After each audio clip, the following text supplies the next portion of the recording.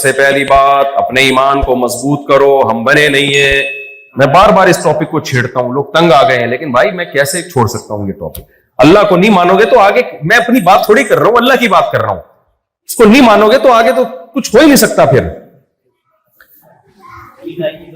تو اللہ نے بنایا ہے، اور اللہ کہتا ہے یہ کتاب میری کتاب ہے، جس کو ہم کیا کہتے ہیں؟ قرآن. اس کی بھی دلائل کے انبار لگا دیے تاکہ لوگ اس میں شک نہ کریں. اللہ نے اس کتاب کو نازل کر کے کہا لا ریب فیہ، اس کتاب کے برحق ہونے میں کوئی شک نہیں ہے. اے اللہ تو نے کہہ تو دیا کوئی شک نہیں ہے، لیکن اگر ہم یہ مان لیں کہ یہ تیرا کلام ہے تو پھر اس کے مقابلے میں جتنی کتابیں ہیں ان کی کوئی ویلیو نہیں ہے. یہ سب سے سپیریئر ہے، باقی کتابوں کی ویلیو ہے، اس کے مقابلے میں نہیں ہے. کیونکہ ومن اصدق من اللہ قیلا، اللہ سے زیادہ کوئی سچ بول نہیں سکتا. یہ تو کامن سینس کی بات ہے نا. دیکھو ہم جھوٹ کیوں بولتے ہیں؟ کوئی مفاد ہوتے ہیں، اللہ کے کسی سے کوئی مفاد نہیں ہے. وہ سب پہ غالب ہے. ظاہر ہے جس نے کلمہ کن کی طاقت سے کائنات کو اور انسان کو بنا دیا، اسے کیا ضرورت ہے جھوٹ بولنے کی؟ وہ ہر چیز پر قادر ہے. اس لیے بڑا اہم سوال ہے کہ یہ کتاب اللہ کی ہے بھی کہ نہیں ہے. اگر ہے تو بھائی پھر تو فنش، اس کے آگے اب کوئی دوسری بات ہو نہیں سکتی. تو اللہ نے دلائل کے انبار لگائے کہ یہ کتاب کس کی ہے؟ میری. پہلی بات 1400 سال پہلے یہ نازل ہوئی ہے، اور پوری دنیا میں آپ سرچ کر کے دیکھو آج تک قرآن کے کسی نسخے میں کوئی ایک زبر زیر پیش کا بھی اختلاف بولو نہیں. یہ ہو نہیں سکتا کسی انسان کی کتاب کے ساتھ، ہو نہیں سکتا. کیونکہ 1400 سال پہلے دعویٰ کیا انا نحن نزلنا الذکر وانا له لحافظون. اے نبی آپ غم نہ کریں. قرآن میں نا ایک عجیب بات ہے. نبی صلی اللہ علیہ وسلم جب آپ نے نہ آپ لکھنا جانتے تھے نہ پڑھنا جانتے تھے، ایک کتاب لے کر آئے جس کو قرآن کہا جاتا ہے. جب یہ نازل ہو رہی ہے تو مشرکین مخالفت کر رہے ہیں، تو اللہ نے کیا کہا؟ وَرَتِّلِ الْقُرْآنَ تَرْتِيلًا. ابھی چند آیتیں نازل ہوئی ہیں، ایک دو سورتیں نازل ہوئی ہیں، اور اللہ نے اس کا نام رکھ دیا القرآن. قرآن کا مطلب بے تحاشا پڑھی جانے والی. اس وقت جو لوگ ہوں گے وہ حیران ہوں گے، بھئی بے تحاشا کہاں پڑھی جا رہی ہے؟ اسے تو کوئی سننے کے لیے تیار نہیں ہے. 4 آدمی ہیں جو سنتے ہیں تہجد میں، باقی تو سارے مخالفت کر رہے ہیں، اور اس کا نام کیا رکھا جا رہا ہے؟ بے تحاشا پڑھی جانے والی. نام جب شخصیت کے اگینسٹ ہو تو یہ مذاق ہوتا ہے کہ نہیں ہوتا؟ دیکھو آپ کا بچہ تھا، پیدا ہوا، آپ کو نہیں پتا چلا کہ یہ بڑے ہو کر بہادر بنے گا کہ بزدل. جب بڑا ہوا تو پتا چلا مکھی سے بھی ڈرتا ہے، یہ چوہے سے بھی ڈرتا ہے، اور بیگم سے تو سب مسلمان ڈرتے ہی ہیں، یہ ہر ایک سے ڈرتا ہے، بلی سے ڈرتا ہے، چوہے سے ڈرتا ہے. تو اب کسی نے کہا بھائی شناختی کارڈ میں اس کا نام جو ہے نا، جو آپ نے پہلے نام رکھا تھا وہ اچھا نام رہی ہے، اس کا نام چینج کر دو. پہلے کوئی بھی غفار، ستار کوئی بھی نام تھا، تو کسی ضرورت سے آپ کو نام چینج کرنے کی نوبت ہے. آپ نے اس کا نام رکھ دیا بہادر خان. لوگ بولیں گے بس کرو یار، وسیم رکھ دیتے، سلیم رکھ دیتے، سمندر خان رکھ دیتے، چنگیز خان رکھ دیتے، کم از کم بہادر خان اس پہ سوٹ بولو نہیں. جو بچہ چھپکلی سے ڈرتا ہے اس کا نام بہادر خان رکھ رہے ہو، لوگ مذاق اڑائیں گے کہ نہیں اڑائیں گے؟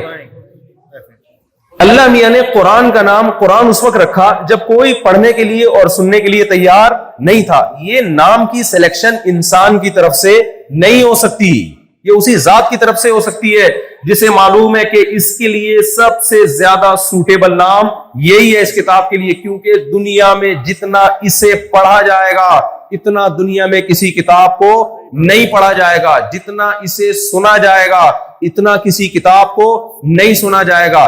جتنا اسے سمجھ کے پڑھا جائے گا اتنا کسی کتاب کو سمجھ کے بھی نہیں پڑھا جائے گا. جتنا اسے بے سمجھے پڑھا جائے گا اتنا کسی کتاب کو بے سمجھے بھی نہیں پڑھا جائے گا. یہ وہ واحد کتاب ہے جسے کھڑے ہو کے پڑھا جائے گا، کھڑے ہو کر سنا جائے گا. یہ وہ واحد کتاب ہے جسے باوضو ہو کے پڑھا جائے گا، باوضو ہو کے سنا جائے گا. یہ وہ واحد کتاب ہے جسے ایک ایک وقت میں 5 لوگ حرم میں گول دائرے میں کھڑے ہو کر تراویح میں سن رہے ہوں گے. یہ وہ واحد کتاب ہے جسے رمضان میں کروڑوں لوگ، کروڑوں حافظ ایک ہی وقت میں پوری دنیا میں نماز میں کھڑے ہو کر پڑھ رہے ہوں گے. اتنا پروٹوکول جس کتاب کو دیا جائے گا اسی کو قرآن کہا جا سکتا ہے. تو نام اس وقت قرآن رکھا جا رہا ہے جب یہ پروٹوکول کا اس کا 1000واں حصہ بھی نہیں تھا اس کا. یہ اس کی علامت ہے. یہ کتاب انسانوں کی بنائی ہوئی کتاب نہیں ہے, ورنہ اتنا پروٹوکول نہیں مل سکتا تھا بھائی, ناممکن تھا. اور آپ یہ عجیب بات دیکھو کہ جب یہ کتاب نازل ہوئی ہے نا, اچھا قرآن وہ واحد کتاب ہے جس میں مصنف کا نام نہیں ہے. آپ جب بھی کوئی کتاب خریدتے ہو نا, سب سے پہلے آپ دیکھتے ہو بھائی رائٹر کون ہے. یہ واحد کتاب ہے جس پہ رائٹر کا نام بولو نہیں. محمد صلی اللہ علیہ وسلم سے جب پوچھا جاتا تھا کون ہے, کہا کہ یہ کس کا کلام ہے, اللہ کا. یہ وہ واحد کتاب ہے جو کتاب کو پیش کرنے والا ہے وہ اس میں چینجنگ نہیں کر سکتا. نبی صلی اللہ علیہ وسلم کے پاس مشرکین آئے اور کہنے لگے کہ آپ جو کتاب لے کر آئے ہو, جس کو آہستہ آہستہ لوگوں نے فالو کرنا شروع کر دیا ہے, اب لوگ تو ہمارے ہاتھ سے نکلتے جا رہے ہیں تو ہم بھی دشمنی نہیں چھوڑیں گے, تو ایسا کرتے ہیں ہم کمپرومائز کا راستہ اختیار کر لیتے ہیں. جو کتاب متنازع ہوتی ہے تو مصنف سے ریکویسٹ کی جاتی ہے کہ بھائی ٹھیک ہے, کچھ مضمون ٹھیک ہے یہ, لیکن ہاتھ تھوڑا سا کیا رکھ لو بھائی, ہلکا رکھ لو. ایسا ہوتا ہے کہ نہیں ہوتا؟ تو مشرکین نے نبی صلی اللہ علیہ وسلم سے کہا کہ بھئی آپ ایسا کریں, اس میں جو ہمارے بتوں کے بارے میں یہ جو کہا جا رہا ہے نا, یہ جو ہم پتھر کے بت بنا کے ان کے سامنے جھکتے ہیں, تو قرآن یہ کہہ رہا ہے الہم ارجل یمشون بہا, کیا ان پتھروں کے بنائے ہوئے بتوں کے پاؤں ہیں جس سے یہ چل سکتے ہیں؟ الہم ایدی یبطشون بہا, یہ قرآن کی آیتیں پڑھ رہا ہوں میں, کیا ان کے ہاتھ ہیں جن سے یہ پکڑ سکتے ہیں؟ ام لہم اعین یبصرون بہا, کیا ان کی آنکھیں ہیں جس سے یہ دیکھ سکتے ہیں؟ ام لہم آذان یسمعون بہا, کیا ان کے کان ہیں جن سے یہ سن سکتے ہیں؟ اب ظاہر ہے نہ ان کی ٹانگیں ہیں جن سے یہ چل سکتے ہیں. کسی مندر میں جس بھگوان کو لا کے رکھ دیا گیا, قیامت تک وہ وہی بیٹھا رہے گا اپنی جگہ سے, کچھ بھی ہو جائے وہ ہلنے کا نام نہیں لے گا, وہ دیکھ نہیں سکتا, وہ سن نہیں سکتا. مشرکین نے کہا اس قسم کی جو آیتیں ہیں وہ ہمیں ٹینشن دیتی ہیں, یہ والی آیتیں آپ کیا کر لیں, نکال لیں. ٹھیک ہے اللہ کی توحید بیان کریں, لیکن بتوں کا تذکرہ آپ کیا کر دیں, نکال دیں. تو نبی صلی اللہ علیہ وسلم نے یہ نہیں فرمایا ٹھیک ہے میں اس پہ ابو بکر عمر سے مشورہ کرتا ہوں, ہم غور کرتے ہیں, اگر کوئی کمپرومائز کا راستہ نکلتا ہے تو کیا ہوگا, ٹھیک ہے اس پہ ڈسکشن ہو سکتی ہے. بات چیت اور مذاکرات کے ذریعے مسائل ہمیشہ سے کیا ہوتے ہیں, سوائے میاں بیوی کبھی حل نہیں ہوتے ہیں, بڑھتے ہیں. میاں بیوی کے مسائل مذاکرات سے ہمیشہ کیا ہوتے ہیں, خراب ہی ہوتے ہیں, یاد رکھو. اس لیے میاں بیوی میں جب پھڈا ہو نا تو بس ٹائم گزارو, خود ہی سیٹ ہو جائے گا, وہ ٹھیک کرنے کی کوشش نہیں کرنی. یہ تجربے کی بات بتا رہا ہوں, ہاں تجربے کی بات بتا رہا ہوں. جب آپ کی بیوی بولے نا کہ میری ماں بیٹھے گی یہ مسئلہ حل کرنے کے لیے, تو آپ بولو پھر میری بھی ماں بیٹھے گی مسئلہ حل کرنے کے لیے. نیت یہ نہیں ہو کہ میں اپنی ماں کو واقعی بٹھاؤں گا, بولا ڈیلے کرو پھڈا. ایسا نہ اس کی ماں کے پاس بیٹھ جاؤ, مسئلہ اس سے پروگرام بڑھ جائے گا, اس سے کون بیٹھ کے حل کرے گا. نیت یہ کرو کہ کون بٹھائے گا, دونوں کی مائیں بیٹھ گئی پھر تو کبھی بھی حل نہیں ہوگا, بس بات ڈیلے کرنے کے لیے. پھر وہ کہ اچھا ٹھیک ہے اپنی ماں کو بٹھاؤ, بولے نہیں تم اپنے باپ کو بٹھاؤ, میں اپنے باپ کو. اس طرح 3 دن گزارو, سیٹ ہو جائے گا معاملہ, خود ہی سیٹ ہو جائے گا. یہ رشتہ ایسا ہے نا کہ یہ جرگوں سے حل نہیں. جرگوں تو جب خدا نخواستہ طلاق تک نوبت آ رہی ہو پھر جرگا شرگا بٹھاؤ, اس سے پہلے اسی طرح ٹائم پاس کرو. یہ دنیا کیا ہے بھائی, مسافر خانہ ہے, اسی طرح گزرے گی, اور بچے بھی ہو جائیں گے اسی میں. ہمارے ایک دوست تھے, ان کی اتنا بیوی سے پڈا رہتا, تو ایک دن میں نے کہا کہ یار ہر وقت لڑتے ہی رہتے ہو تو کیا مسئلہ. کہتے کیا کریں, ابھی چوتھا بچہ ہونے والا ہے, جو ہے نا ابھی مجھے فکر ہو رہی ہے. تو میں نے کہا دیکھو لڑائی بھی ہو رہی ہے اور ماشاءاللہ بچے بھی صحیح ہے, اس کا مطلب تعلقات اتنے خراب نہیں ہیں. تو نبی صلی اللہ علیہ وسلم سے انہوں نے کہا, مشرکین نے کہا کہ بھائی کمپرومائز کر لیں. تو ایسا نہیں ہے کہ آپ صلی اللہ علیہ وسلم نے صحابہ سے مشورہ لیا ہو, کبھی دیکھ لیتے ہیں, ذرا بات کر لیتے ہیں, بات چیت سے اگر مسئلہ حل ہوتا ہے. سورہ یونس کی آیتیں نازل ہو گئی, قل ما یکون لی ان ابدلہ من تلقاء نفسی, اے نبی ان سے کہہ دیجئے کہ میرے بس میں نہیں ہے کہ میں اپنی طرف سے اس کو تبدیل کر دوں, بلکہ میں تو اس میں تمہیں ایک اور بات ایڈ کر کے بتاتا ہوں. تم بات کر رہے ہو کہ اس میں تبدیلی کر دو, تبدیلی کا تو سوال ہی پیدا نہیں ہوتا, یہ میرے بس میں نہیں ہے. بلکہ کہ قل ما یکون لی ان ابدلہ من تلقاء نفسی ان اتبع الا ما, کیا اگلی آیت مولوی صاحب, نہ قل ما یکون لی ان ابدلہ من تلقاء نفسی میں اس کو اپنی طرف سے چینج نہیں کر سکتا. اور اسی سے ملتی جلتی آیت یا تو یہی ہے، یہ اسی سے ملتی جلتا مضمون ہے. انی اخاف ان عصیت ربی عذاب یوم عظیم، مجھے ڈر ہے کہ اگر میں نے خود ان آیات کو فالو نہ کیا تو جس عذاب سے میں تمہیں ڈرا رہا ہوں، مجھے ڈر ہے کہ وہ عذاب میرے اوپر نہ آ جائے. جتنا تم اس کے حکم کے پابند ہو 100% اتنا ہی میں بھی اس کے حکام کا پابند ہوں. میرے اور تم میں اس کے حکم کو فالو کرنے میں کوئی فرق نہیں ہے. مجھ سے بھی اسی طرح سوال ہوگا جیسے تم سے سوال ہوگا. میرا کام پیغام پہنچا دینا ہے. میں پیغمبر ہوں، میسنجر ہوں، میں گاڈ نہیں ہوں، میں خدا نہیں ہوں. خود یہی بات پیغمبر صلی اللہ علیہ وسلم کے برحق ہونے کی بہت بڑی دلیل ہے. آج کوئی مذہبی رہنما جو باطل مذہب کے لوگ ہوتے ہیں یا باطل لوگ ہوتے ہیں، ذرا سی عزت ملتی ہے تو لوگوں کو کس کی طرف لانا شروع کر دیتے ہیں؟ اپنی طرف. ہمارے نبی نے معجزے بھی دکھائے، چاند سے 2 ٹکڑے کر کے دکھائے.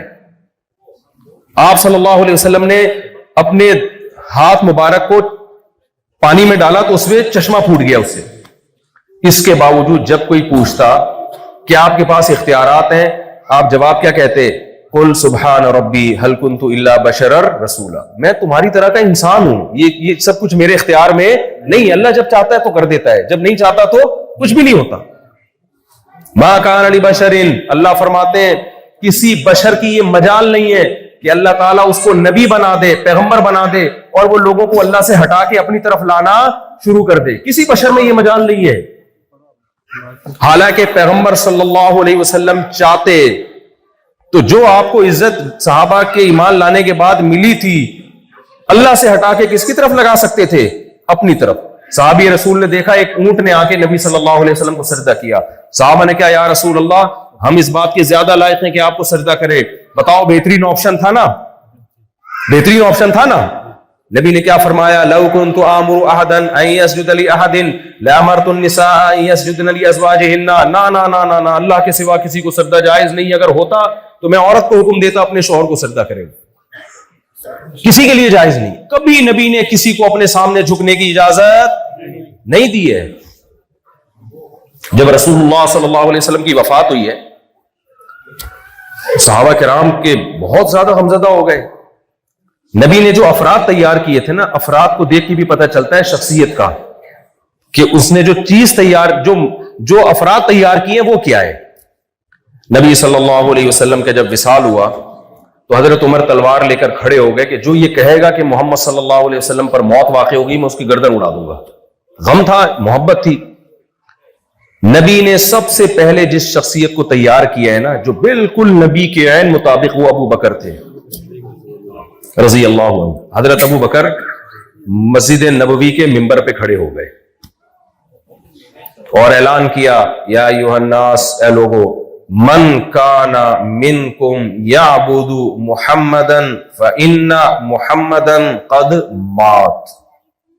تم میں جو محمد صلی اللہ علیہ وسلم کی عبادت کرتا تھا، یقین کر لے کہ محمد صلی اللہ علیہ وسلم پر موت واقع ہو چکی ہے. ومن کان، پھر آیت پڑھی قرآن کی، وما محمد الا رسول قد خلت من قبله الرسل افإن مات او قتل انقلبتم على اعقابكم. قرآن کی آیتیں پڑھی کہ محمد صلی اللہ علیہ وسلم ایک رسول ہیں، اگر ان پر موت واقع ہو گئی یا وہ قتل کر دیے جائیں میدان جنگ میں تو کیا تم دین سے پھر جاؤ گے؟ دین پہ محمد صلی اللہ علیہ وسلم کی وجہ سے تھوڑی چل رہے ہو. دین پہ کس کی وجہ سے چل رہے ہو؟ جس خالق کا پیغام لے کر، وہ تو میسنجر آف گاڈ ہے. اپنی شخصیت کو اتنا کلیئر رکھنا اتنی عزت کے باوجود، کیا یہ معاذ اللہ کسی جھوٹے پیغمبر میں یہ کوالٹی ہو سکتی ہے؟ یہ ناممکن ہے. کیسے افراد تیار کیے، ان کو بتا دیا بھائی میری پوزیشن میسنجر آف گاڈ کی ہے، میں گاڈ نہیں ہوں. جو خدا ہے آسمانوں میں، عبادت اسی کی کرنی ہے. تو حضرت ابو بکر نے کیا فرمایا؟ من کان منکم یعبد محمدا فإن محمدا قد مات. اگر جو محمد صلی اللہ علیہ وسلم کی عبادت کرتا تھا، یہاں عبادت کا مطلب کیا؟ ان کی وجہ سے دین پہ چلتا تھا، ان کو خوش کرنے کے لیے، ان کی موت واقع ہو گئی.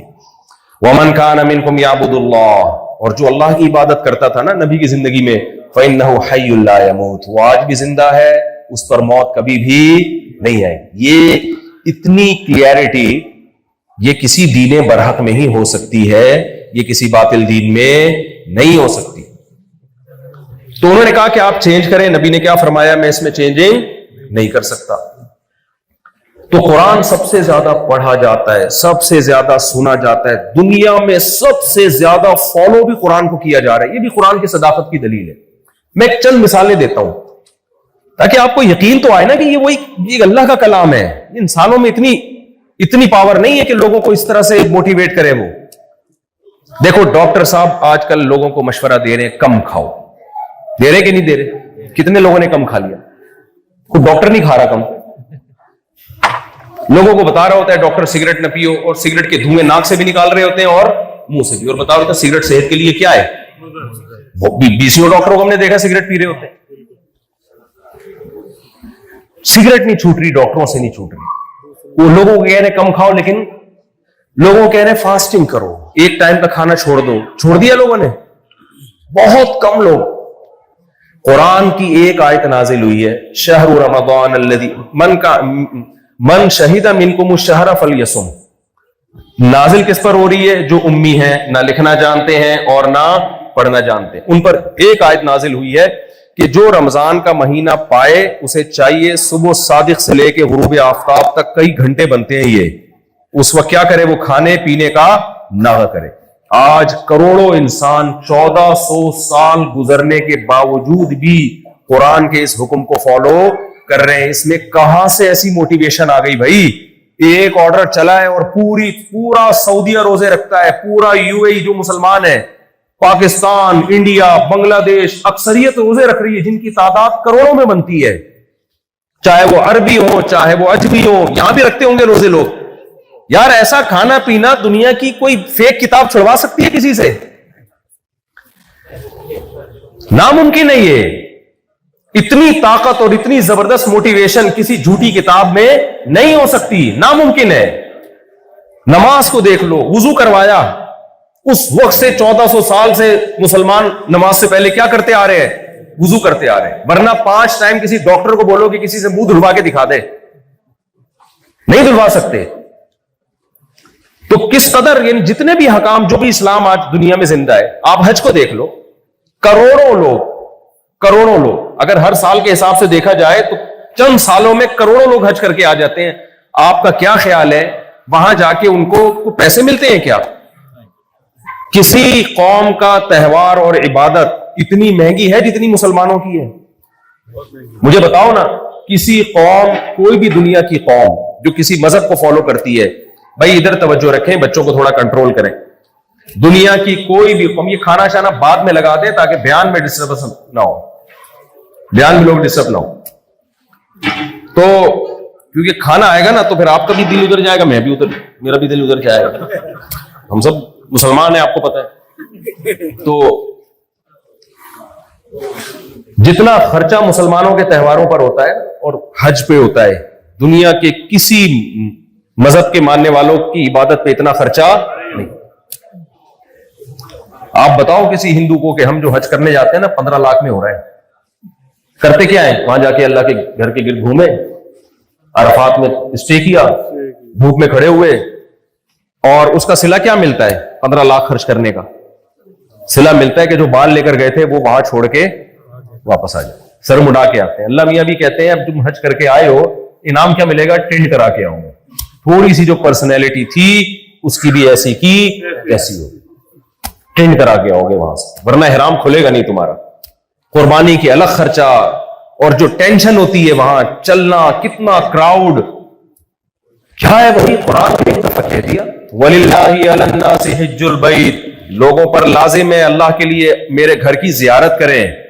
کروڑوں اربوں لوگ اور کروڑوں لوگ گئے اور اللہ کے گھر کی زیارت آج بھی کر کے آ رہے ہیں, اتنی بے دینی کے باوجود, ایک آیت پر عمل کرنے کے لیے. اور یہ آیت پیش کرنے والے وہ ہیں جو نہ لکھنا جانتے اور نہ پڑھنا جانتے. ایسی موٹیویشن کہاں سے آ گئی بھائی؟ اتنی ترغیب کیسے مل گئی لوگوں کو؟ کسی جھوٹی کتاب پر ایسا عمل بولو ممکن نہیں ہے. کر لیتے 4 لوگ کر لیں گے, 4 کروڑ نہیں کر سکتے, 4 ارب نہیں کر سکتے. قربانی کو دیکھ لو آپ, قربانی کی فضیلت قرآن نے بیان کی, حدیث نے بیان کی. سب سے مہنگا ترین تہوار, غیر مسلموں کے تہوار ہیں, اتنا خرچہ نہیں ہوتا, اور عیاشی ان کی بہت ہوتی ہے ان تہواروں میں.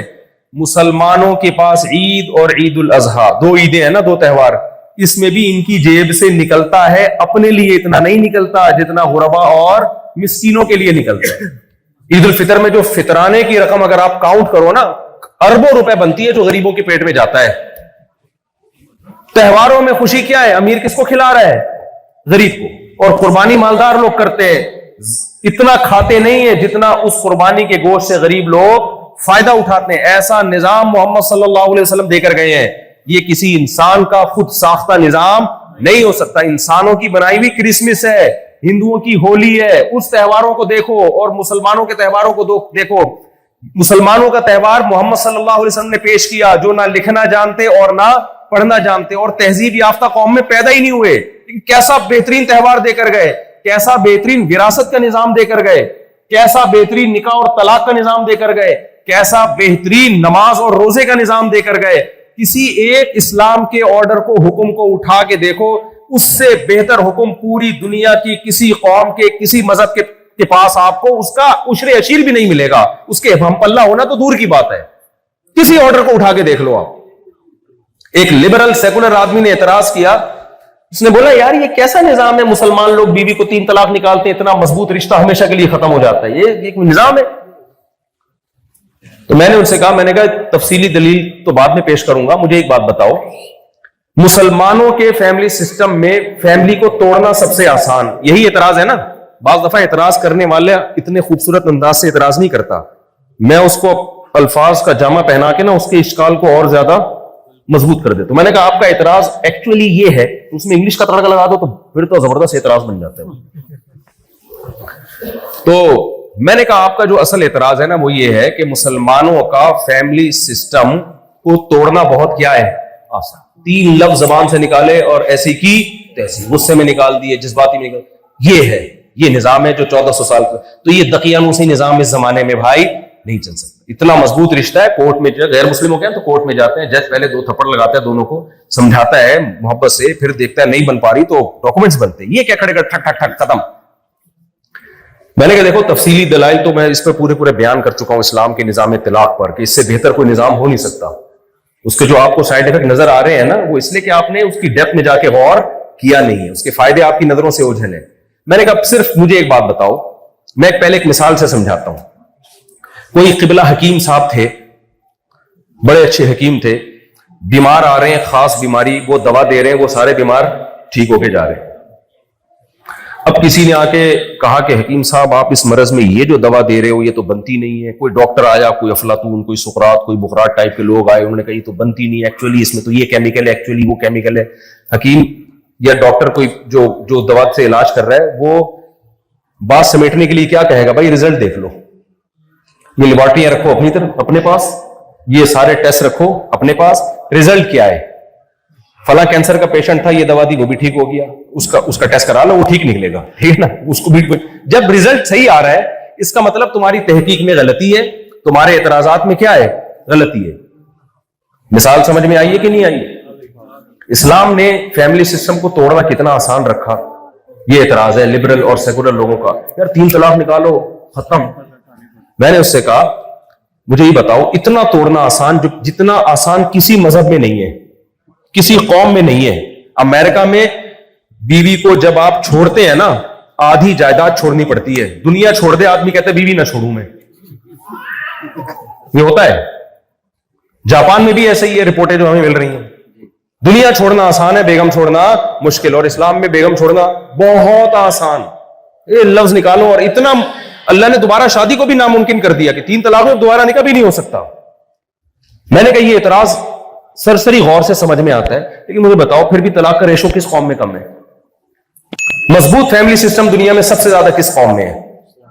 جس میں فیملی توڑنا آسان ہے اس میں ٹوٹ کم رہی ہے, جس میں توڑنا مشکل ہے اس میں ٹوٹ زیادہ رہی ہے. تو کوئی اس قانون میں کوئی خوبی ہے جو دیکھنے میں خامی لگ رہی ہے لیکن اس کے اندر کوئی خوبی بولو چھپی ہوئی ہے. وہ خوبیاں کیا ہے اس پر میرا پورا بیان ہے, میں بھی اس ٹاپک میں نہیں جاؤں گا. میں نے کہا اتنا آسان ہے توڑنا، لیکن میرے ابا نے بھی میری ماں سے وفا کی، نہیں رشتے کو توڑا۔ میرے دادا دادی، نانا نانی، چچا چچی، پھپھا پھپھی، خاندان میں آپ کو طلاق میں 1% نظر آئیں گی، میجورٹی کیا ہے؟ وہ ڈیورس نہیں دیتی۔ اور اب تو رجحان بڑھ گیا ہے ڈیورس کا، وہ اسلام سے دور ہونے کی وجہ سے بڑھا ہے، اب تو اس لیے رجحان بڑھا۔ دنیا میں سب سے زیادہ فیملی کو توڑنا مسلمانوں میں آسان، لیکن فیملی ٹوٹنے کا ریشو مسلمانوں میں سب سے کم ہے۔ کوئی حسن ہے ان احکام میں جو میری اور آپ کو سرسری غور سے سمجھ میں نہیں آ رہا، لیکن 1400 سال پہلے محمد صلی اللہ علیہ وسلم نے بتایا، جو نہ لکھنا جانتے اور نہ پڑھنا جانتے۔ اٹ مینس کہ یہ محمد صلی اللہ علیہ وسلم کا پیش کردہ نظام نہیں تھا، آپ کو بھی کسی ایسی ذات نے سکھایا جو قیامت تک آنے والے انسانوں کے ہر طرح کے حالات سے پہلے سے واقف تھی۔ وہ ذات تبھی کوئی غیر مسلم کہا کہ نا تمہارے یہاں بڑے آرام سے فیملی ٹوٹ جاتی ہے، تو اس کو بولو تمہارے یہاں تو بہت مشکل سے ٹوٹتی ہے، لیکن ٹوٹنے کا ریشو تمہارے یہاں زیادہ ہے۔ ہمارے یہاں بہت آرام سے ٹوٹتی ہے، پھر بھی توڑتے نہیں ہیں۔ کیوں؟ ایک چھوٹی سی حکمت بتا دوں میں۔ آپ کے پاس ایک گلاس ہے لوہے کا جسے توڑنا بہت مشکل ہے، لیکن اس کو توڑنے پر آپ کو مل رہے ہیں پیسے، آپ لوہار کے پاس جا کے توڑوا دو گے۔ اور ایک گلاس ہے شیشے کا، کانچ کا، لیکن بڑا قیمتی ہے، اسے توڑنا بہت آسان ہے، لیکن آپ پھر بھی اس کو توڑنے کی کوشش، آسان تو لیکن توڑو گے نہیں۔ اسلام نے جو نکاح کا سسٹم بنایا ہے نا، خواتین سے پیشگی معذرت، بہت دفعہ معذرت، میں 100 رکعت توبہ کے پڑھ لوں گا، اب یہ بولنا پڑ رہا ہے مجھے۔ ایسا نظام اللہ نے بنایا ہے نکاح کا کہ جتنی خواتین پیدا ہوتی ہے نا، سپلائی ہوتی ہے، اس کے مقابلے میں ڈیمانڈ ان کی زیادہ رکھی ہے، تاکہ جب کوئی عورت کسی مرد کے نکاح میں آئے تو مشکلات سے آئے، اس کو مارکیٹ میں عورت میسر نہ ہو۔ یہ تو اب ہول سیل کے حساب سے طلاق یافتہ کواری اور بیوائیں اتنی زیادہ ہو گئی ہیں کہ مرد کی نظر میں عورت کی ویلیو ختم ہو گئی، ورنہ ایسا ہوتا نہیں تھا۔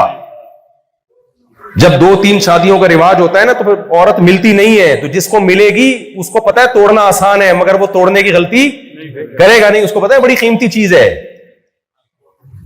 جب اس کی ڈیتھ میں جا کے غور کرو گے تو آپ کو پتا چلے گا بھائی نکاح طلاق میں بھی اسلام نے جو سسٹم پیش کیا ہے اس کا بھی کوئی آلٹرنیٹ دنیا میں کسی کے پاس نہیں ہے۔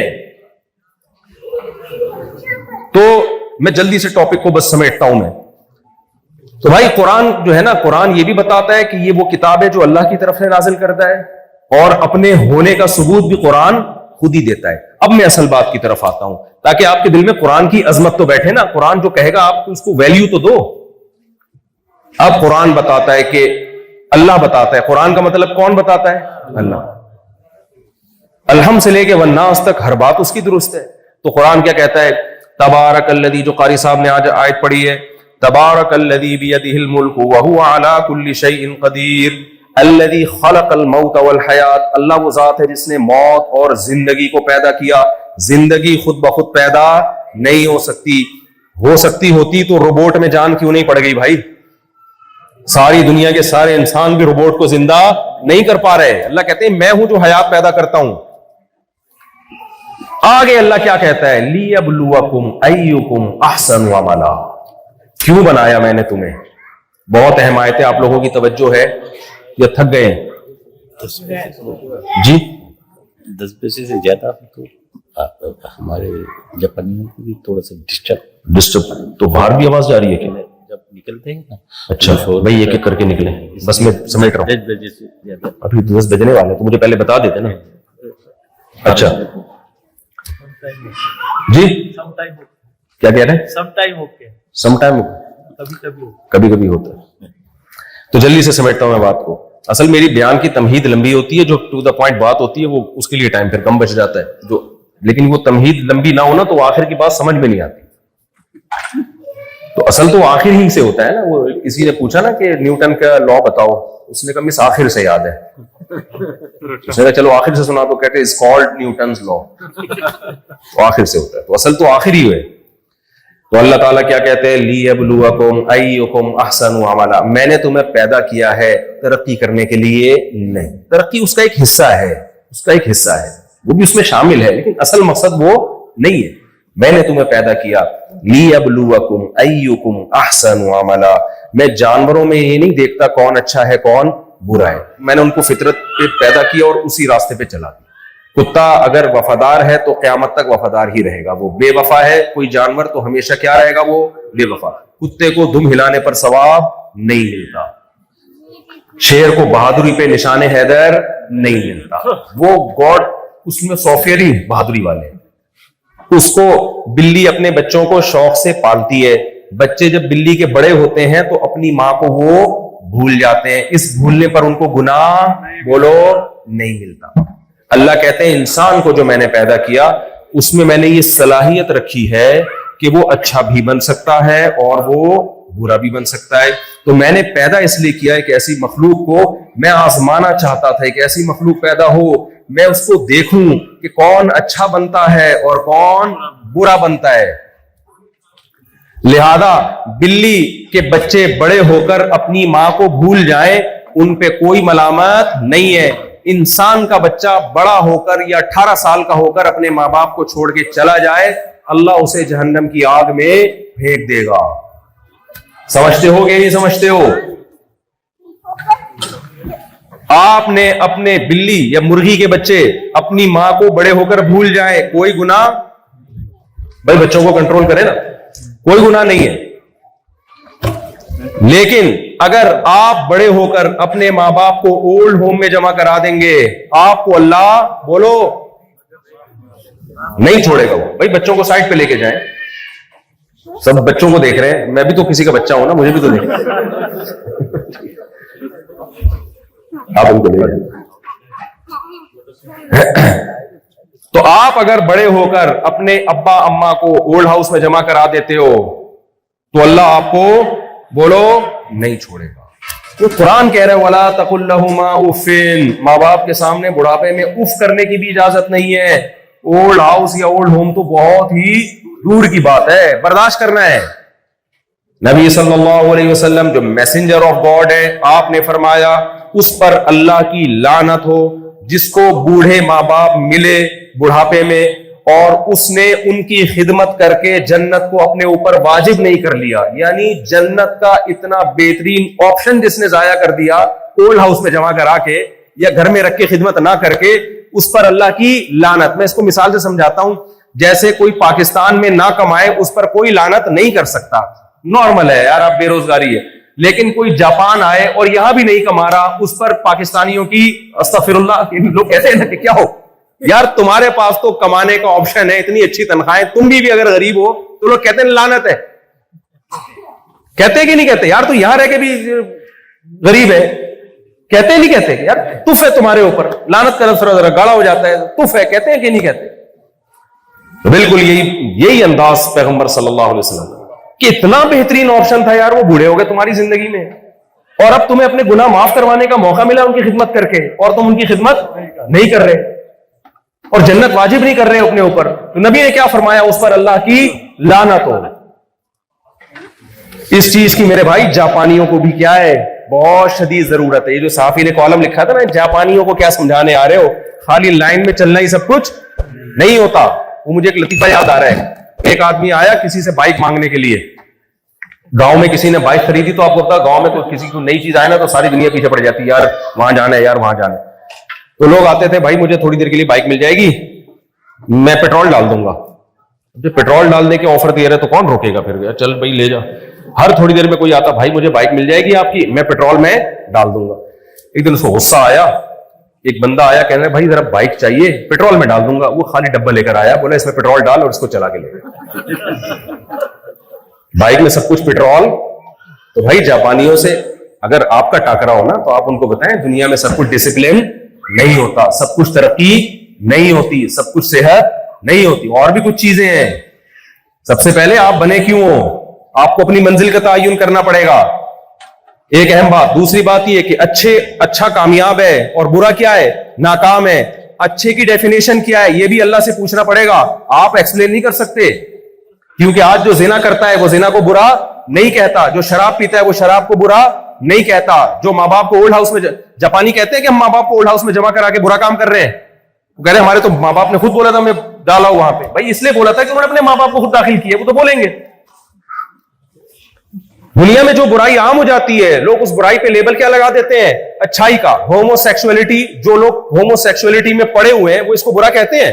انہوں نے تو لا پاس کروا کے لیگل کر دیا اس کو. تو قرآن کا دوسرا کمال یہ ہے جو آپ کو جاپانیوں کو بتانے کی ضرورت ہے دلائل کے ساتھ، وہ یہی ہے بھائی اچھائی اور برائی انسان طے نہیں کریں گے. انسان جب بھی اچھائی کو ایکسپلین کرتے ہیں سب سے پہلے اپنا سیف سائڈ رکھتے ہیں اپنے لیے. جو چرس پیتا ہے وہ چرس کے خلاف کبھی بھی قانون پاس نہیں ہونے دے گا. انسانوں سے تھوڑی پوچھا جائے گا اچھا کیا ہے برا کیا ہے. اس لیے اس میں بھی اللہ نے گائیڈ کر دیا. تو اللہ نے بتا دیا توحید اچھی ہے، شرک کیا ہے. ہندو شرک کو برا کہے گا کیونکہ وہ اپنے باپ دادا سے پوچھتا ہے. وہ تو بت پرستی کے آدمی ہے. بھائی خدا سے پوچھو، قرآن سے پوچھو. اللہ کہے گا میں پتھروں کے بنے ہوئے بتوں کے سامنے جھکنے کو پسند نہیں کرتا. جس نے بنایا صرف اسی کے سامنے جھکنا پڑے گا. اللہ سے اگر پوچھتے ہیں، انسانوں سے پوچھو کہ زنا بری چیز ہے، لوگ کہیں گے بھائی اگر لیگل ہے تو بری چیز نہیں ہے، انلیگل ہے تو کیا ہے؟ بری ہے. اللہ کیا کہتا ہے؟ لیگل ہو یا انلیگل ہو، لا تقربوا الزنا، زنا کرنا تو دور کی بات، زنا کے قریب پھٹکنے کی بھی تمہیں اجازت نہیں ہے. شرابیوں سے پوچھو شراب بری چیز ہے یا نہیں. امریکہ کی گورنمنٹ سے، جاپان کی گورنمنٹ سے پوچھو، گورنمنٹ کہے گی بھائی اگر ایک خاص مقدار میں پی ہے، لیول میں پی ہے تو اچھی ہے.